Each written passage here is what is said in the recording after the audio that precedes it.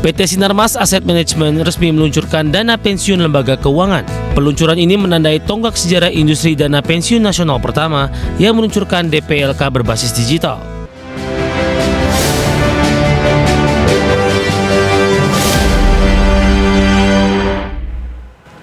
Pemirsa, PT Sinarmas Asset Management secara resmi meluncurkan dana pensiun lembaga keuangan.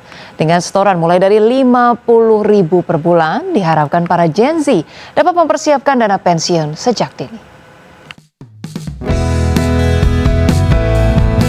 PT Sinarmas Asset Management resmi meluncurkan dana pensiun lembaga keuangan.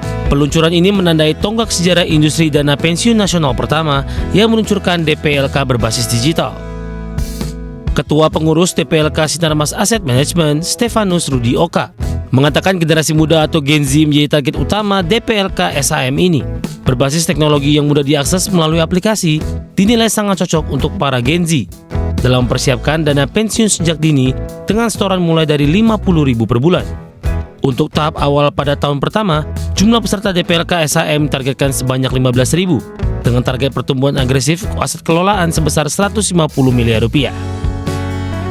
Kami dari Sinarmas melihat bahwa satu panggilan ya dalam bisnis kami untuk bisa berkontribusi kepada masyarakat Indonesia, khususnya kelompok pekerja, dalam memiliki program pensiun yang baik ya, yang baik dan juga bisa lebih memberikan benefit bagi kelompok milenial dan Gen Z saat ini. Peluncuran DPLK SAM ini sejalan dengan berbagai kebijakan strategis pemerintah dan regulator dalam memperkuat industri keuangan jangka panjang. DPLK SAM diharapkan menjadi salah satu motor penggerak peningkatan partisipasi masyarakat dalam investasi jangka panjang, sekaligus mendukung pendalaman pasar keuangan nasional. Jakarta, Riki Anwardi, IDX Channel. Pemirsa, Menteri Sosial Saifullah Yusuf mengungkapkan bahwa pihaknya telah merampungkan pemetaan zonasi wilayah di Indonesia yang paling terdampak oleh fenomena hidrometeorologi kering pada tahun ini. Adapun salah satu wilayah yang menjadi atensi khusus kementerian adalah Provinsi Jawa Timur dan sebagian besar daerah di Sumatera dan Nusa Tenggara yang dilaporkan menjadi salah satu kawasan dengan suhu udara paling panas dan paling rentan terdampak kekeringan. Saifullah mencontohkan wilayah seperti Kabupaten Bojonegoro di Jawa Timur jadi salah satu titik yang secara historis rutin mendapatkan intervensi bantuan pengiriman air bersih dari Kemensos saat musim kemarau. Jadi kita memang biasanya ya membantu di daerah-daerah yang rawan kekurangan air bersih. Seperti di Bojonegoro gitu ya, yang Jawa Timur itu biasanya kami nanti akan kolaborasi dengan pemerintah daerah membantu kebutuhan-kebutuhan di sana. Ya, jadi kami memang memetakan dan kami akan bekerja sama dan akan memberikan dukungan di daerah-daerah tertentu, sekali lagi bekerja sama dengan pemerintah daerah. Gitu ya. Kita awali dari informasi pertama. Pemirsa, Presiden RI Prabowo Subianto menerima kunjungan kenegaraan Perdana Menteri Singapura Lawrence Wong di Istana Merdeka. Pertemuan tersebut menjadi bagian dari agenda tahunan kedua negara untuk memperkuat hubungan bilateral sekaligus memperluas kerjasama strategis di berbagai sektor. Rombongan Perdana Menteri Lawrence Wong tiba di Kompleks Istana Merdeka sekitar pukul 11 waktu Indonesia Barat dengan mendapatkan pengawalan kehormatan dari pasukan yang telah disiapkan oleh pemerintah Indonesia. Setibanya di Istana Merdeka, Presiden Prabowo Subianto menyambut langsung Perdana Menteri Wong di istana atau pelataran istana.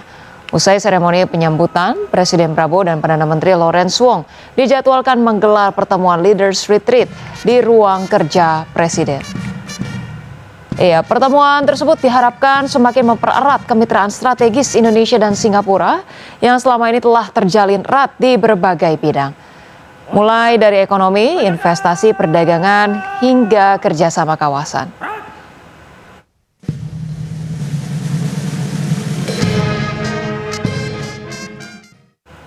Pemirsa, Menteri Koperasi Ferry Juliantono menanggapi sorotan masyarakat mengenai sejumlah koperasi desa Merah Putih dibangun di lokasi yang jauh dari permukiman. Ia mengatakan hanya sebagian kecil lokasi Kopdes Merah Putih yang berada jauh dari permukiman warga. Jumlah lokasi yang menjadi sorotan tersebut tidak sampai dari 10 titik dari sekitar 3.000 Kopdes Merah Putih yang dibangun. Pemerintah menargetkan pembangunan fisik 30.000 koperasi desa atau kelurahan merah putih di seluruh Indonesia akan rampung pada bulan Agustus mendatang. Hingga saat ini sebanyak 14.000 Kopdes telah rampung dibangun, sementara 23.000 Kopdes masih dalam tahap pembangunan. Menteri Koperasi Ferry Juliantono mengatakan lokasi pembangunan Kopdes tidak ditentukan secara sepihak oleh pemerintah, melainkan melalui proses musyawarah panjang yang melibatkan masyarakat desa setempat.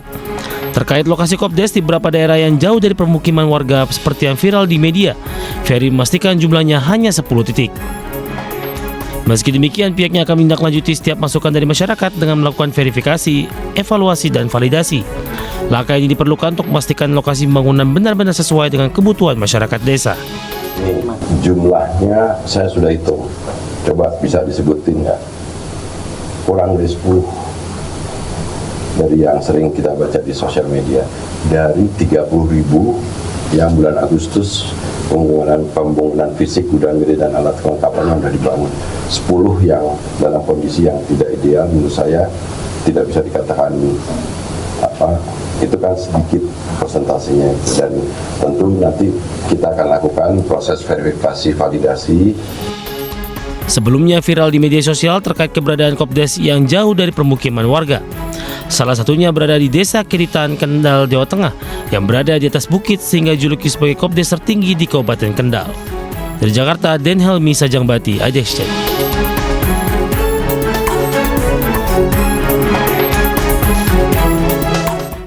Ya, pemirsa, kita ke informasi berikutnya. Pemerintah terus mempercepat pengembangan kawasan pangan nasional melalui program cetak sawah di Papua Selatan.